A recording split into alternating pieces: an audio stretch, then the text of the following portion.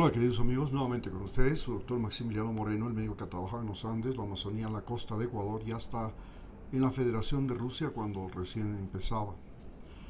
Hoy hablaremos acerca de cómo una victoria de Daniel Noboa es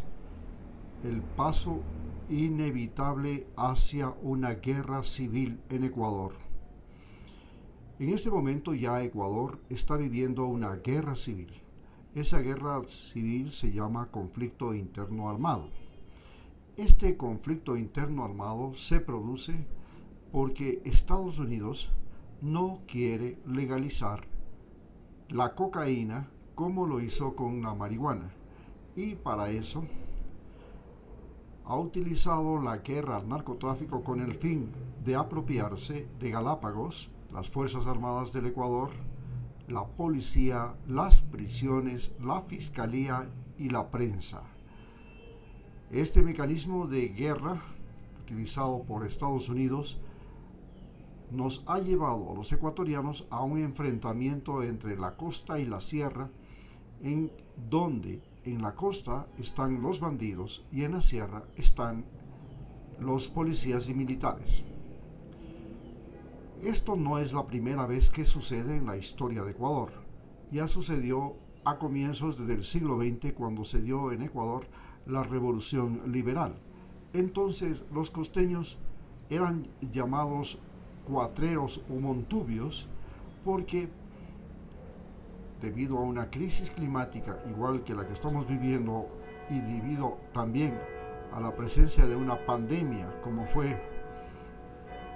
la gripe española, en la costa se formaron grupos armados de ladrones que andaban a caballo y que eran bandas de 200 y 300 personas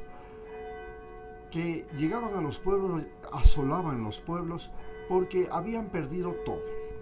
Este fenómeno se produjo debido a que primero las inundaciones en la costa habían destruido los linderos entre las propiedades, y esto fue aprovechado por los denominados Gran Cacao, los terratenientes, que inmediatamente hicieron más grandes sus ya enormes y numerosas haciendas para la producción de cacao que convirtió al Ecuador en primer exportador de cacao, y el cacao era en sí la mayor exportación del país, estamos hablando hasta 1939. En esta situación, los grandes cacaos, como se les denominaba a los hacendados, expandieron de manera ilimitada sus propiedades y la población empobrecida fue expulsada de sus tierras, sobre las cuales no tenían escrituras, porque en ese momento en la costa ecuatoriana no había ninguna ley. Había la única ley, la ley del machete, que era la que se imponía. En base a eso, los terratenientes utilizaron cuadrillas de matones, de asesinos y sicarios para expandirse, quitando a los pobres sus propiedades e inclusive convirtiendo a mujeres e hijas en objetivo sexual de uso y aprovechamiento de estos terratenientes. Pero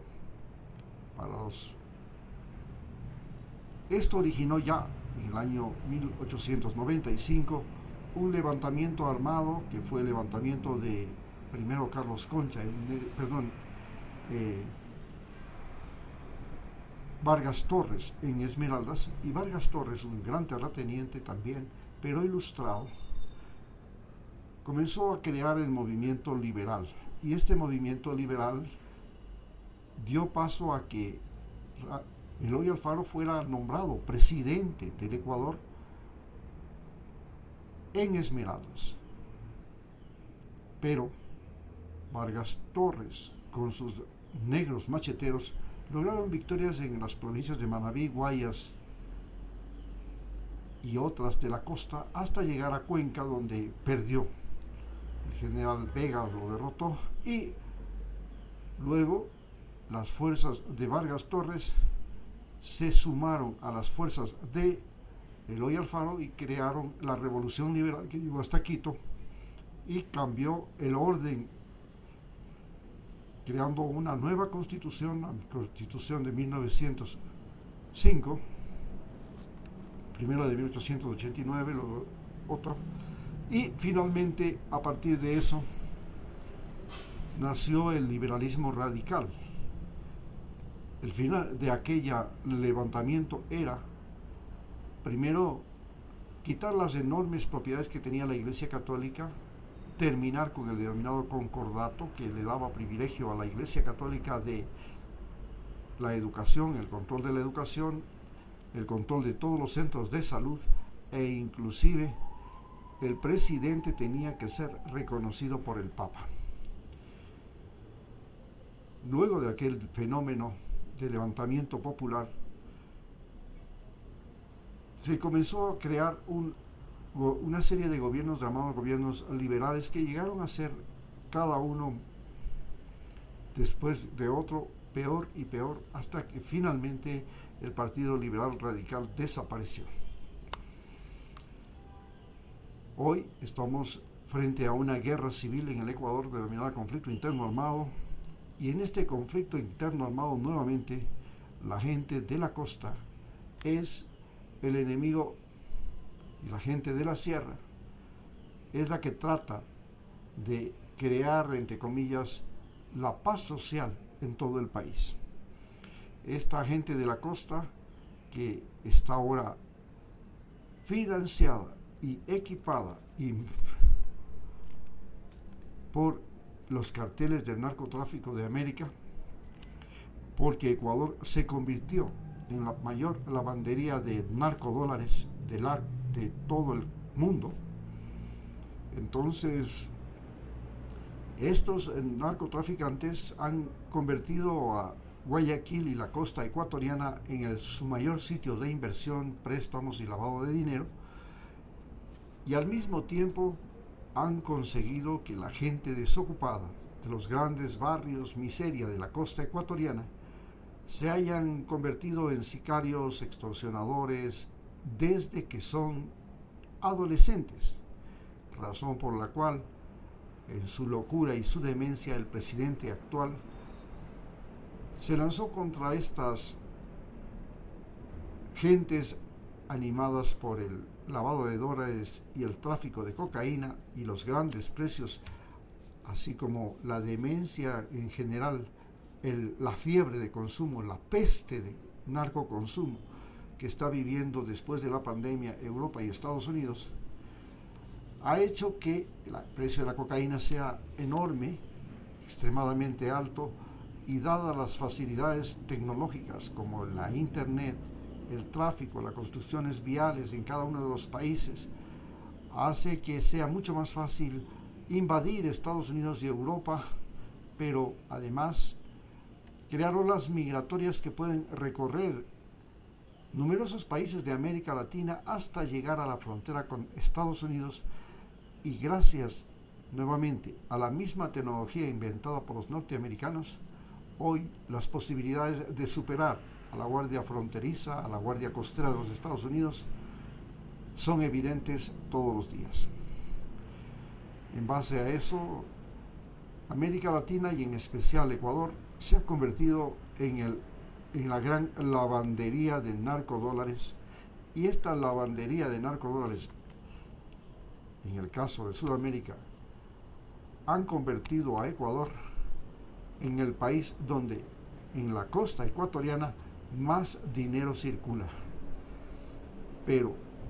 este dinero que circula de manera ilegal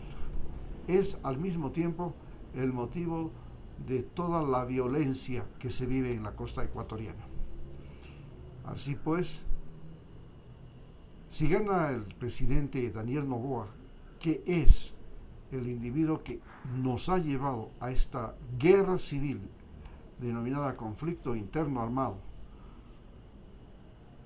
nos enfrentaremos los ecuatorianos unos con otros, y de seguro será imparable una revolución como lo fue la revolución liberal o como fue el movimiento de los forajidos que destituyó al coronel Lucio Gutiérrez en el año 2002. El levantamiento en todo el país contra el presidente Daniel Noboa ya ha comenzado en Guayaquil con la muerte de los 4 niños asesinados por la Fuerza Aérea Ecuatoriana y que está convocando y reuniendo cada vez más gente en la costa ecuatoriana. Nuevamente, los bandidos que antes estaban en la costa hoy se están convirtiendo en una masa de gente rebelde y renuente a aceptar que todo el Estado sea volcado en contra de ellos y que la muerte sea un mecanismo para mantener, entre comillas, el orden en la costa del Ecuador. Ante esta situación, si llega a ganar el presidente Daniel Noboa, se hace de manera inevitable. El hecho es imposible detenerlo, que vendrá una guerra civil en Ecuador. Si usted comete el error de votar por Daniel Noboa, usted es indudablemente el culpable